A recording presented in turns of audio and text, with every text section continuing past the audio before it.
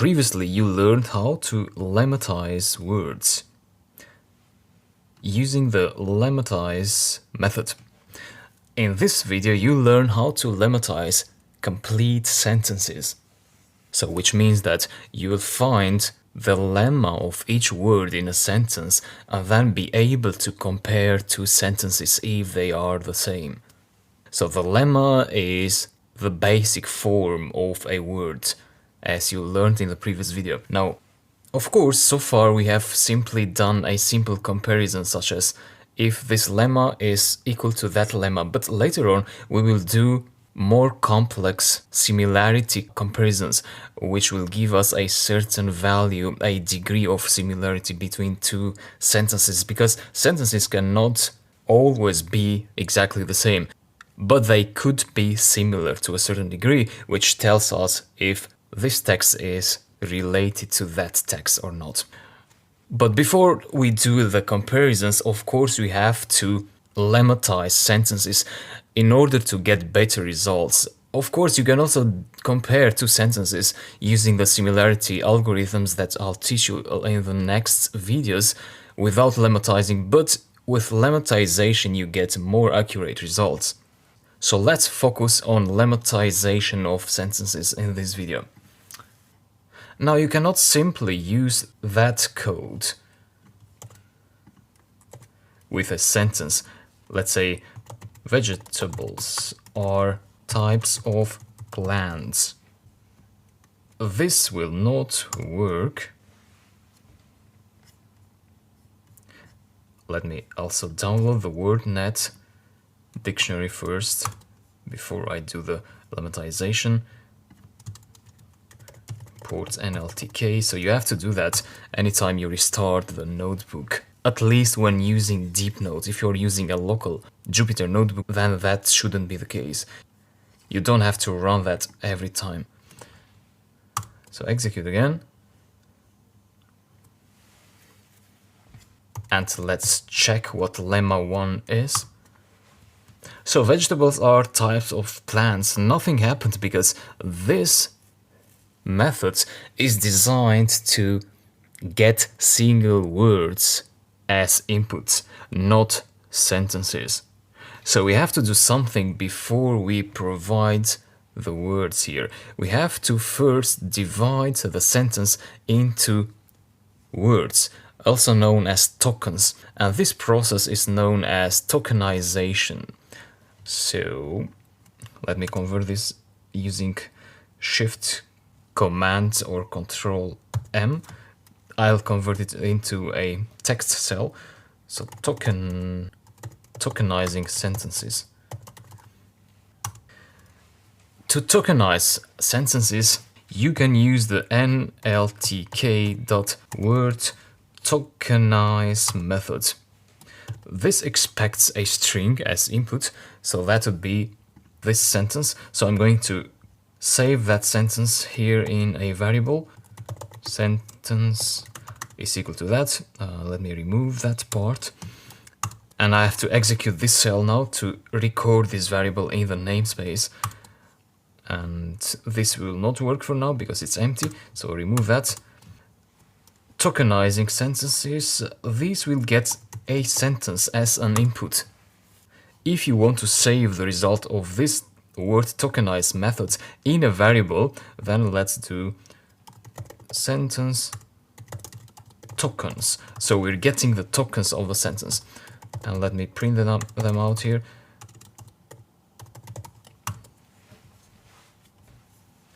Now, for this, we need to download the Punkt dictionary. So let's execute that as well. Execute. Download successful.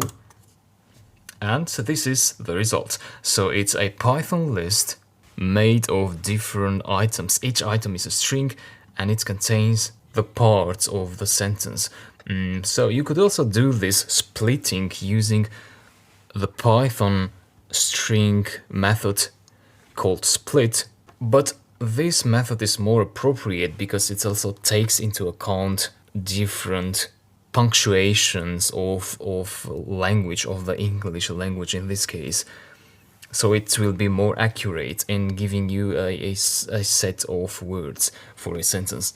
However, you should use the lower version of the sentence because that will give you all these tokens in lowercase, so the lowercase version. And this is needed because now we will pass these inputs, these words, into the lemmatize method, and the lemmatize method works on lowercase words only.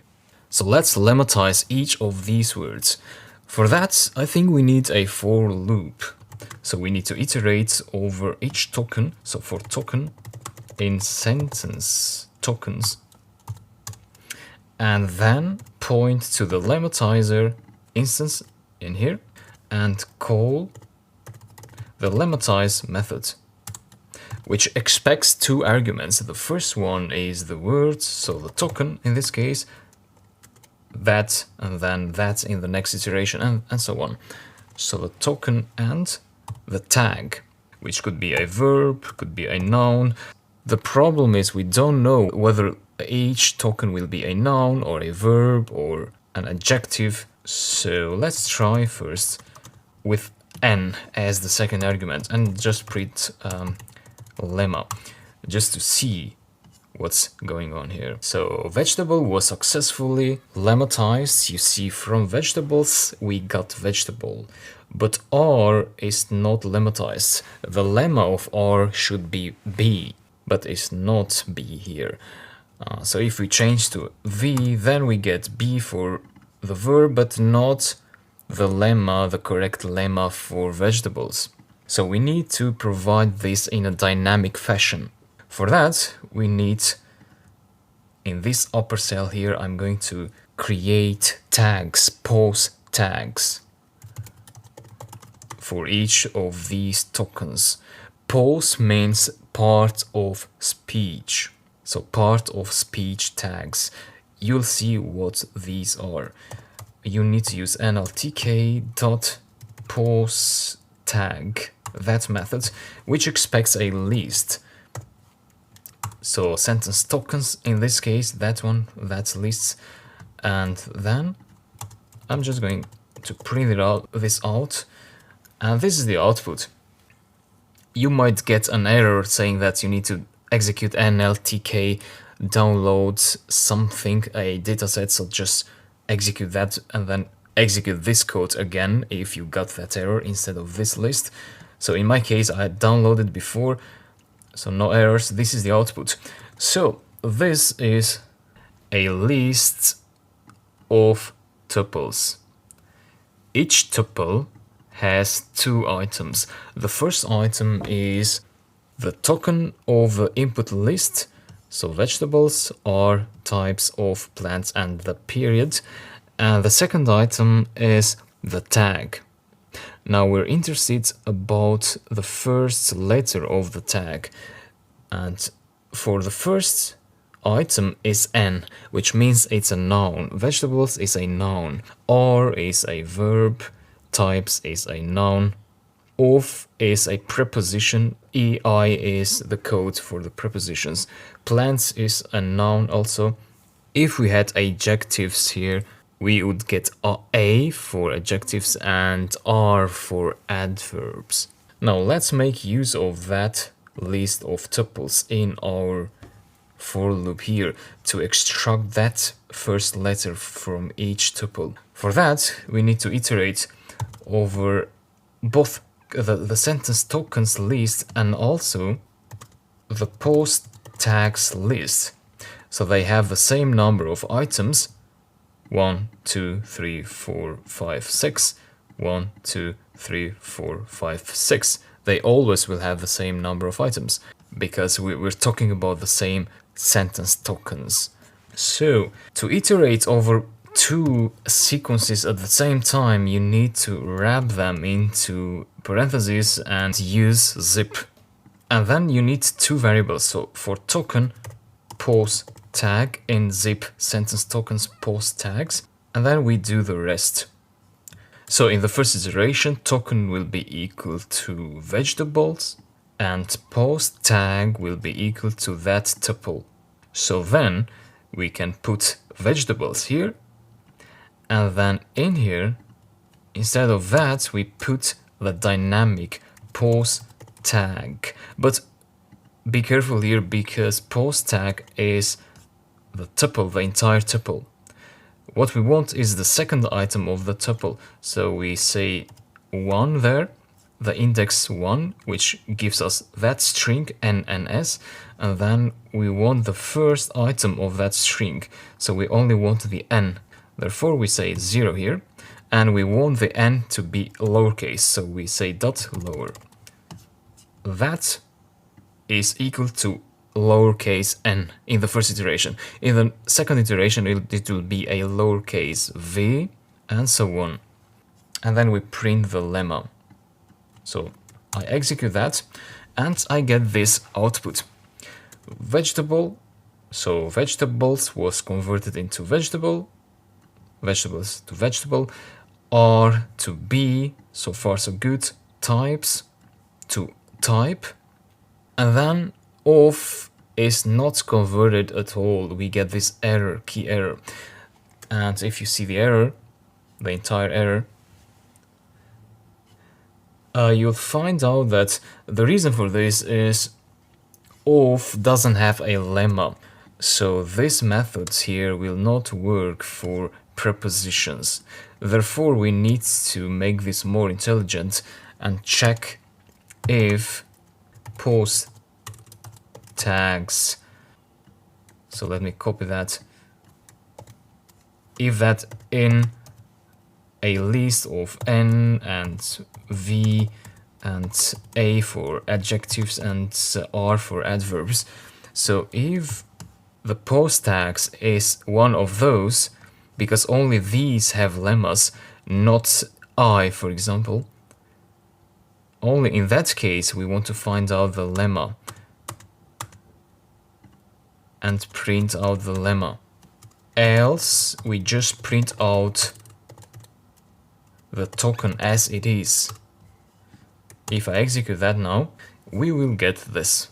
So vegetable, B, type of plant, and the period. Of course, if you don't want these prepositions and the period, which I think you shouldn't include them in comparisons because they don't have any real meanings. So usually when you work with natural language processing, you want to work with verbs and nouns and adjectives and adverbs. So I would say that you can just leave out those and just work with the words that can be lemmatized. So vegetable, B, type, plant. Now, of course, these are printed out here. So if you want to save them in a list, then you want to create here a list, such as sentence lemmas equal to an empty list. And then instead of printing that out, you can say sentence lemmas.append and append the lemma there. And then exit all the loops and call the sentence lemmas variable. Then you get the results in a sentence form. So we can then modify this code to compare two sentences, or even better, put it in a function. So let me create a function, define lemma me, let's say like that. This will get as input a sent variable, which is a sentence. And then we need to tokenize that sentence in that function. So I'll get that and copy it in here. So we get sent here, sentence tokens is equal to that. So this should be sent now. The function will get a sentence, one string as input. It will convert it into sentence tokens. And then I'll indent that under the function sentence lemmas for token post tag and zipped sentence tokens. So that one, that local variable is here. We do that, sentence lemmas. I'll return that sentence lemmas and execute the function definition, and let's call the function lemma me. And what was, yeah, this sentence. Let's try that sentence.